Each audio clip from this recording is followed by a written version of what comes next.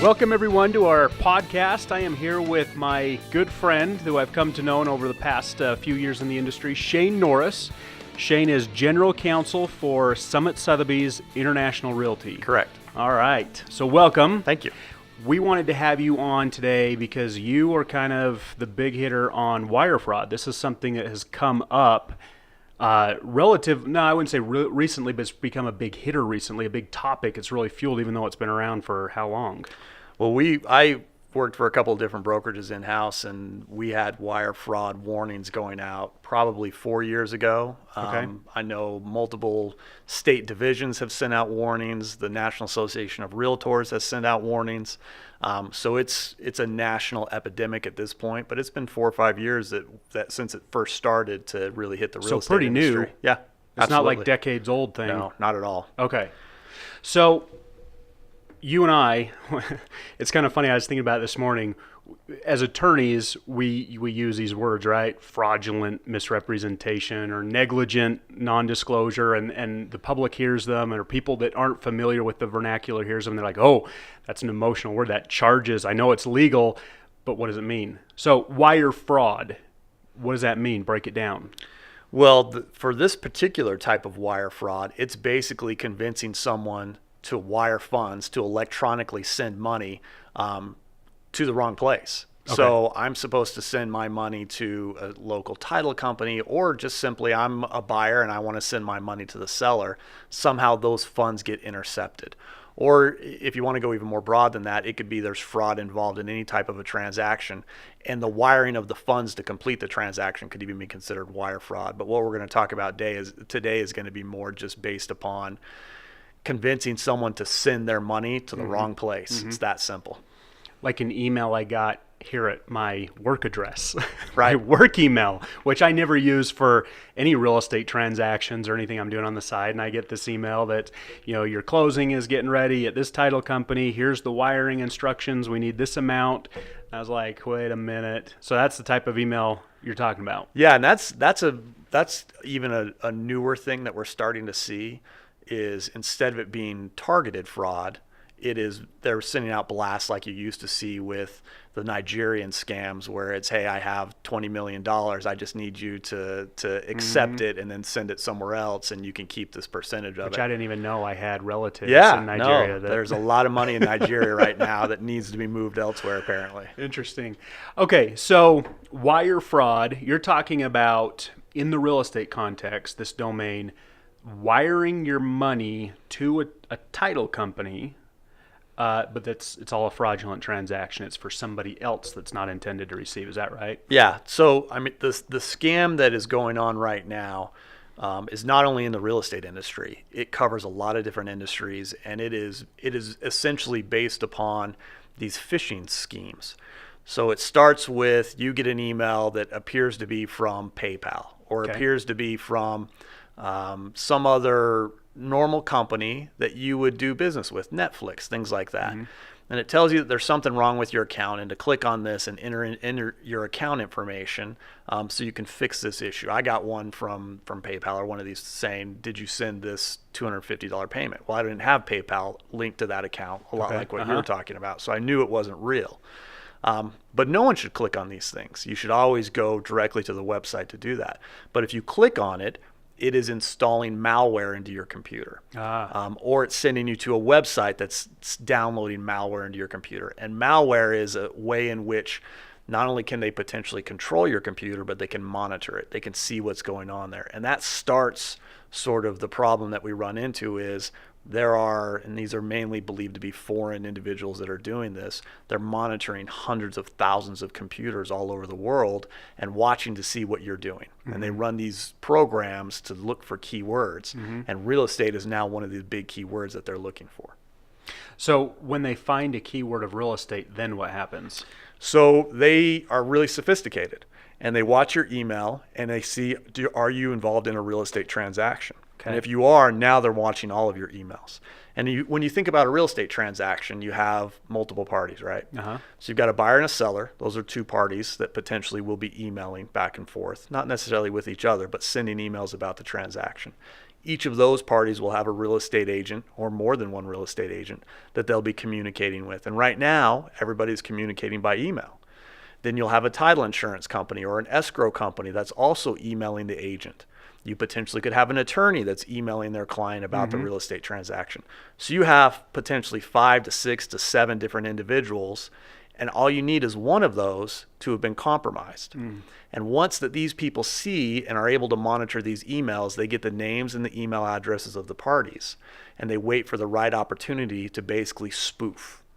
And I'm sure most people have heard of spoofing emails, but to give a very simple example, my name's Shane Norris. If my email is shanenorris@gmail.com, they put in Shane Norris, and instead of having an N, it's an M. And so it's really hard for somebody to notice that, but they basically duplicate what my email looks like, pretend like they're me, and start sending emails to people involved in the transaction. And that's where these requests for certain financials or money or passwords or whatever might come in, right? Right. So they basically know, okay, you're going to buy a house.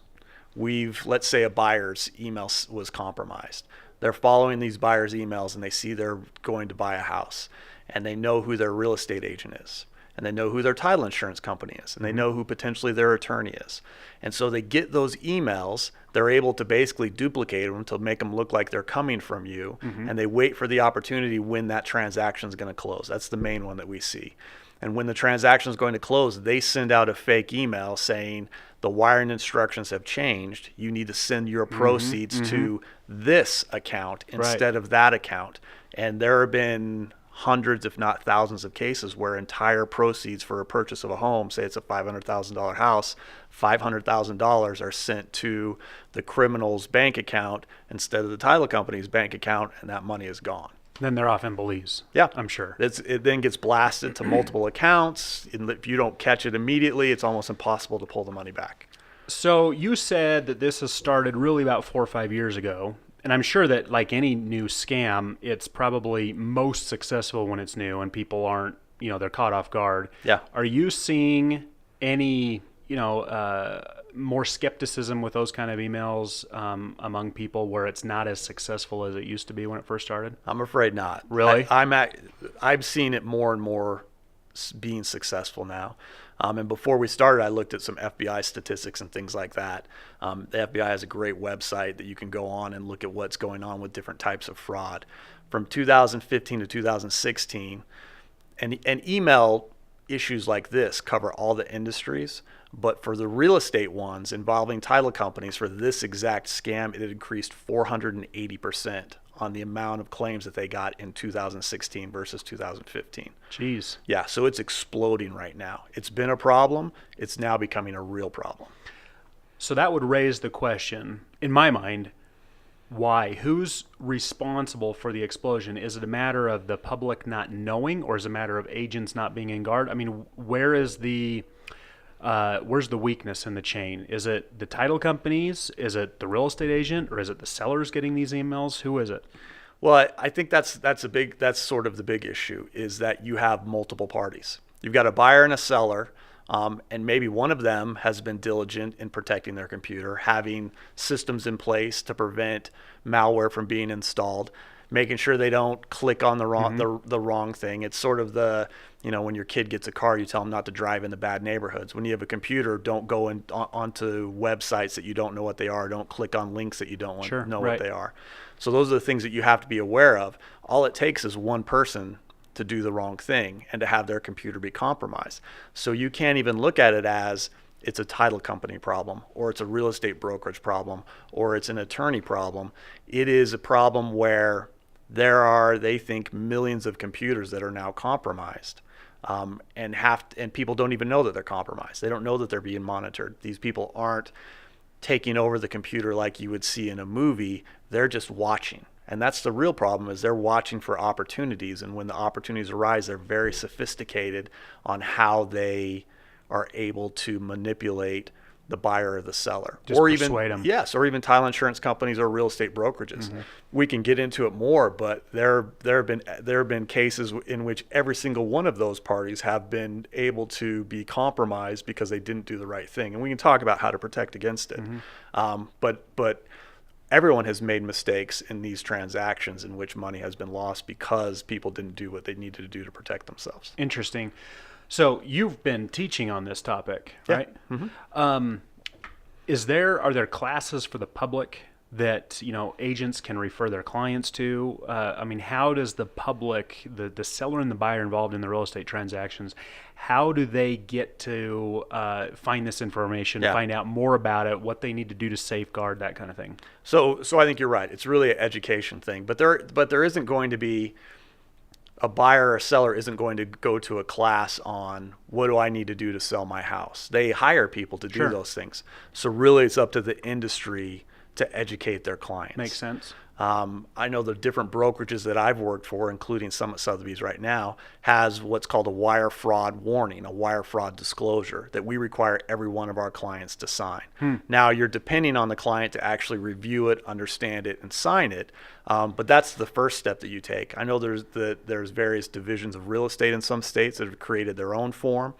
There's associations, realtor associations that have created forms, but it's incumbent on brokerages, if it isn't a division form or an association form, to create their own form to give the warning to their client on what to do. Number one, that this is a problem, and number two, how to protect against this type of a problem. But it really starts with that type of a warning, because you're not going to be able to educate the entire public about this. Divisions have done that. You try and get it in the newspaper, you try and get it on the news that these things are a problem, but if you don't have the one-on-one with the brokerage and the client, or the title company and the client, warning them against this type of a situation, you're dependent on them to see it on the news or something like that, and that's not an effective way of policing against it. Okay, so that raises the question. Every state, agents have fiduciary duties, one of them being reasonable care. With as much as wire fraud has grown and it's exploded and it's become a problem, do you see that protecting, or at least informing their client about wire fraud, giving them this warning that you're talking about, can that now start to fall under the umbrella of reasonable care over your client? I mean, it could, and that of course would be up to a court or a jury to decide something like that. But if the brokerage community as a whole is now aware of this problem and isn't warning their clients as to the issue, I could easily see a jury or a judge saying that was your duty to warn them of this, and if you didn't, you failed in your duty. And potentially if your computer gets compromised. Like if you look at a situation where a buyer's agent's computer is the one that's compromised and their computer is the one that's being monitored, and they didn't warn their client as to what you should do or not do. Oh, yeah, interesting. I mean, it would be hard to see how they wouldn't be found liable in a situation like that. So is there, obviously you don't necessarily know when your computer is infected, right? It's malware, it's all covert. Should agents be in the mindset of always now, especially a company computer, I would imagine, is it broker's duty to make sure that things are up to date, malware protection, virus protection, that kind of thing? Well, the real estate industry is interesting because 90% of real estate agents are independent contractors. They're not employees, so they're using their own computers. They don't necessarily have a uniform email system. They're using their own email when they're doing these things. So a brokerage can advise, but an independent contractor is really on their own. They're going to have to ultimately do it. Yeah. So everyone should be aware about the steps that they should take to protect their computer. Change your password regularly. The two-step authentication. Right. Don't click on things that you shouldn't click on. And if you do, don't bury your head in the sand. Go take the steps to make sure that your computer hasn't been compromised. Go in there and change your passwords. Do the things. Don't just hope that nothing happened when you clicked on that and something seemed weird.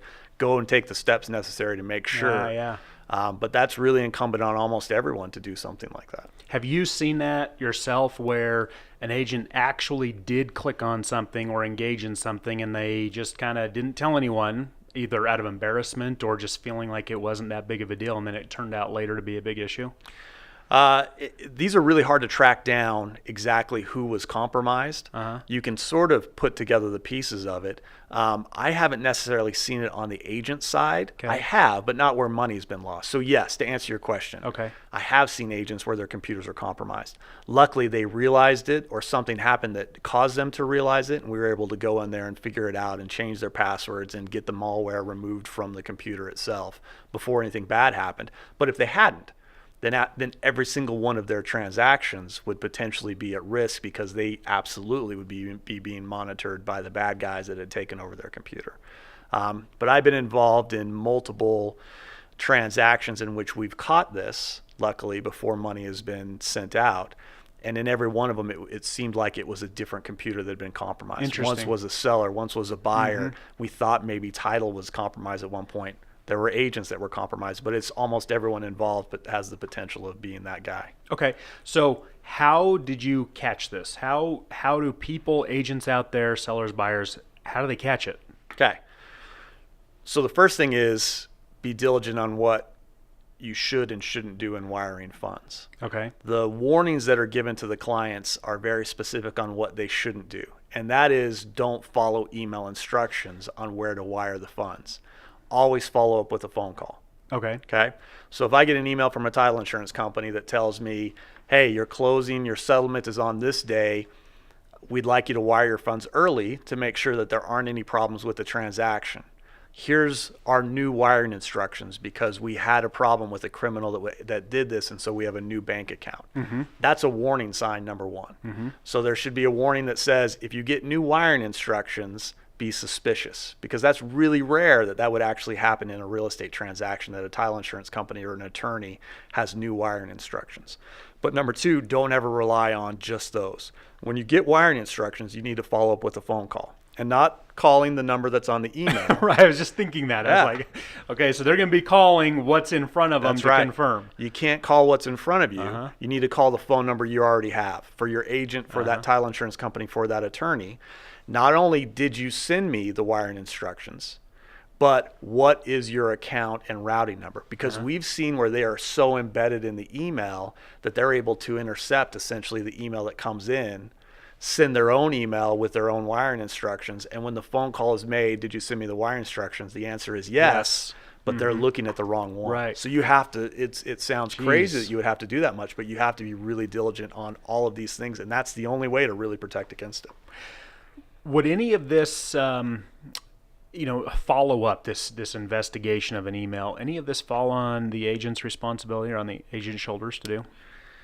Well, I mean, you can only do so much. Yeah. You aren't necessarily the one that's sending the wiring instructions. At least you shouldn't be, because there's been instances of fraud where the agent gets an email from the title insurance company and says, can you send this on to your client? And it turned out it was a fake email that had been sent to the agent. That's almost worse in my mind. I mean, more 100%. deceptive. Yeah. Because now it's coming from a legitimate email. Right. And if they call and get confirmation, they're both looking at the same wiring instructions that were fake wiring instructions. Yeah.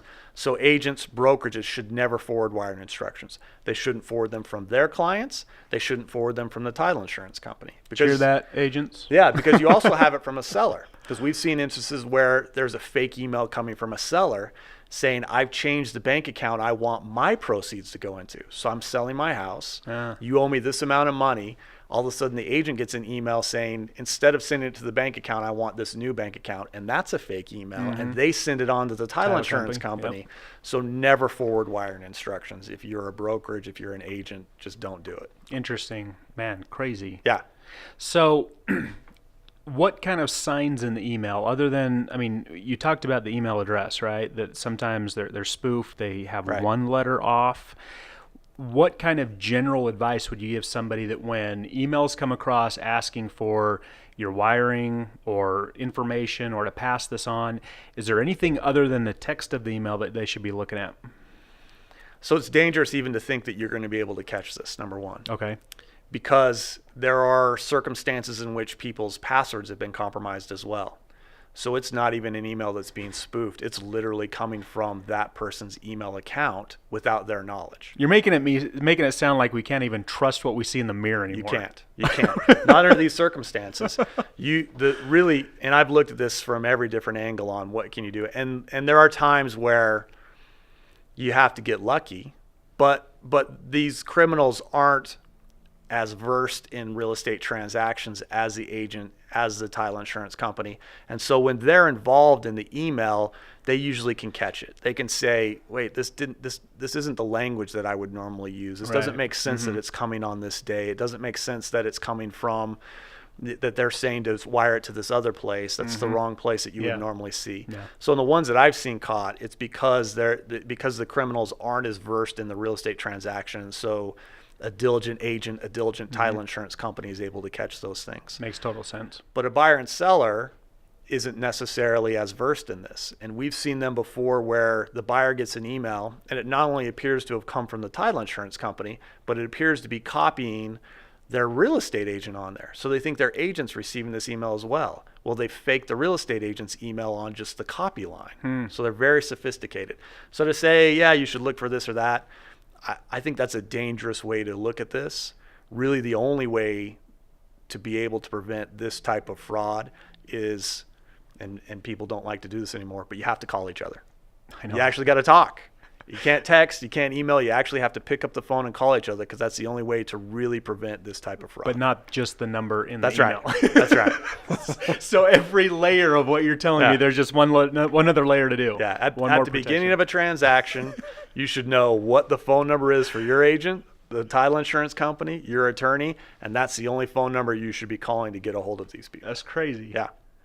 So have you seen any financial injuries that have come from these yourself personally? Yes, absolutely. We've seen, not with any brokers that I've represented, but we have seen brokerages in which there was one in Utah 3 weeks ago in which $90,000, the full proceeds that the buyer was sending, a retired couple, they were downsizing, all of their proceeds were lost, $90,000 that was sent. I think it was 2 or 3 weeks ago we saw this on the news in Utah. I've seen up to $1 million that was sent in other states where that amount was lost. You'll see it with earnest money being lost. You'll see it with entire proceeds being lost. I don't have a number for the real estate losses, but fraud involving emails being taken over like this, they estimate as being over $5 billion right now. I can imagine. Yeah. I can imagine.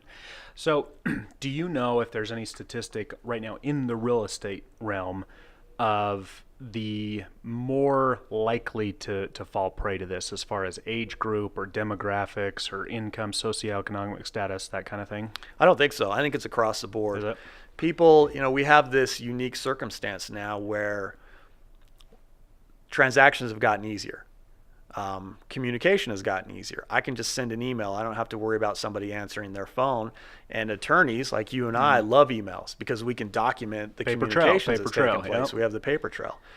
And that's combined now with, we're not writing checks anymore. We're using credit cards, and in transactions like this, we're sending wires. So you have transactions in which people aren't seeing each other anymore. They're being done electronically, both in how the money is sent and how communication has taken place. And that unique combination of factors has created this type of a situation where it could be somebody that's 30 years old, it could be somebody that's 70 years old that could be affected. Really, an older individual is probably less likely to be affected because they may not be using email exclusively. They're used to calling and confirming and doing things like that. See, now I was thinking the opposite. I was wondering if the older people are more likely to fall prey because, it's an email and it's coming from this place, and they're not maybe as accustomed to the scams or the Nigerian emails of your long lost heir as, the younger crowd is, as we have kind of grown up with those emails that have come in. We haven't seen anything like that, and I haven't seen any statistics on it. I'm not sure. The FBI tracks this on a more wide basis. When you look at their statistics, it is because this type of wire fraud can take place with law firms. It can take place with businesses where executives have had their emails spoofed and they ask for not only wiring, but they ask for all their employees to send in a new W-2. Interesting. And now all of that information is lost. That's crazy. So you see it industry wide, all over basically every industry. And the FBI is only tracking this as a one type of fraud, and they haven't broken it down into the individual. That's crazy. Things yet. All right. So the FBI is investigating it. It's not CFPB or anything for the real estate. It is just wire fraud. It's grouped as that category. Yes. A white collar crime. Yeah. Okay. The FBI has one area in which they want you to report electronic criminal activity. There's a website that you can go to do that. But really, if this happens, the first thing you need to do is contact your bank. If you can get in early enough. Now, when you say this happens, what are you talking about? An email that comes in? Now, if you're a buyer or you're a seller and you know you've wired the funds to the wrong, to the criminal activity has already taken place, you need to contact your financial institution immediately because they can pull back wires if they can catch it early enough. Okay. And then you also need to contact the FBI. It doesn't matter how much money is lost. They will open a file. They will do what they can to assist the bank in trying to retrieve the funds. I haven't heard of a single person being prosecuted for this on the real estate side. There was scams going on with attorney trust accounts where we've seen some people prosecuted on it, but I haven't seen a single person prosecuted on this. The only thing that has happened is some people have been able to get their money back if they can catch it early enough. People are just so hidden. Yeah. Crazy. Yeah. So, okay, everyone's going to be wondering, because I know I am, when I get an email like this, is there anything I can do, like reporting the email, sending the email on to the FBI, anything like that? Yeah, it's the same website. Obviously, if $1 million is lost, that's going to take priority over we've caught this, but here's the email. But I personally have reported these things when there hasn't been any money lost to the FBI. I can't remember the name of the website, but you can add this, I'm sure, at the end of it on where to report. But there is a specific link inside the FBI's website where all the reporting they want to go on with this. And they'll open a file, they'll notify you that. Obviously, if no money's lost, it's not going to take as big a priority as when funds are actually been compromised. Sure, makes sense. Yeah. Okay, so in closing, what would you give advice to brokers, agents, and the sellers and the buyers? We'll leave the title company out of this for now because just for our particular audience, who's really going to be the real estate agents and the public, what would you give advice to those players in the game in this issue? If it's different advice or if it's the same advice for everybody? I mean, so your first advice is be careful what you do with your computer. Don't go into bad neighborhoods. Don't click on links that you don't know what they are. Don't click on PDFs, even if it looks like it's, hilarious video from your best friend of a panda bear. You don't know if their computer's been compromised. Okay. So be careful what you click on, number one. Change your passwords. Do all of those things. But when you get into the actual real estate transactions, from a brokerage standpoint, from a real estate agent standpoint, you have to warn your client. Do it in writing. That protects you that you've done this. But don't just have it in a pile of documents, right? In real estate transactions, depending on what state you're in, it can be hundreds of pages of documents, and it's really hard for a seller or a buyer to read all of them. Mm-hmm. Make sure that this is one of the most important ones, because it is, because entire transactions fall apart over this. Not only do you want your client to sign it, but you want to talk to them about it. This is real. This is a risk. Don't ever send your money unless you talk to the person who's requested it, and don't just call the number on there and confirm the actual account numbers before you send it. Talk to your client. Make sure that they know this isn't just another form. This is something that's real and it's dangerous, and you can lose everything if you don't follow these instructions. From a buyer and seller, follow the instructions. Don't get comfortable. Be suspicious of everything. You hate to constantly tell people everything's dangerous, but in the online world, everything is dangerous. Yeah. And when you're dealing with what will be the most important transaction in your life that you're only going to do 2 or 3 times, you have to take those steps. You have to be aware of everything, be cognizant of it, and be suspicious of everything that's going on these. And talk to each other. Yeah. Phone calls are the only thing that really can prevent this. Yeah. Like you said earlier, I was just thinking, we become such a text message, society, and emails too. I mean, the email is more professional, so professionals rely on that, but that correspondence quickly with the client, maybe even the title officer, depending on the relationship, I can see that happening. But that text message mindset of just getting the information out and back as quickly as possible, that's efficient, but certainly it has its downfalls. Yeah. Because now everybody's, really put their guard down with just any electronic correspondence that comes in, and we've lost that security of voice, right. That. Well, and this is dangerous because it's like anything else in life. If it's somebody you know and you're comfortable with, you're not going to be suspicious when you see things from them, and they make it look like it's from someone that you know and you're comfortable with. So you can't even trust that anymore in the electronic world. I feel like I can't trust you now. You can always trust me. So much to just, there's one more layer. No, I know. But thank you for giving your thoughts on this. And you said off camera that you're teaching this quite a bit, are you not? I teach continuing education to the agents that I represent, the brokers that I represent. So I've taught this a few times. I'm sure we'll teach it for the board, but it is more of an overall fraud class. But yeah, this is something where it's out there. The industry as a whole is aware of the incredible importance of educating and getting these things out there. So if you go anywhere online, the National Association of Realtors, the individual state divisions of real estate, they're all sending out warnings and trying to make sure the public's aware of this. But it's really, every agent has to warn their client. That's the only way to really protect against this. Interesting. All right. Well, thank you, sir. My pleasure. Good to see you again. Good to see you. As always. Yeah. And appreciate your guidance. So there you have it with Shane Norris, General Counsel of Summit Sotheby's International Realty. So watch your email. Take care of your computer. Follow up by phone. Yeah. Call each with other. everybody. Call each other. That old thing we used to do. And just never take, what it sounds like to me is we're coming in a day of age where you cannot take anything lightly. No. Just always be cognizant, always be prepared and on guard. Absolutely. Cool. Great. Thanks, dude. Thank you.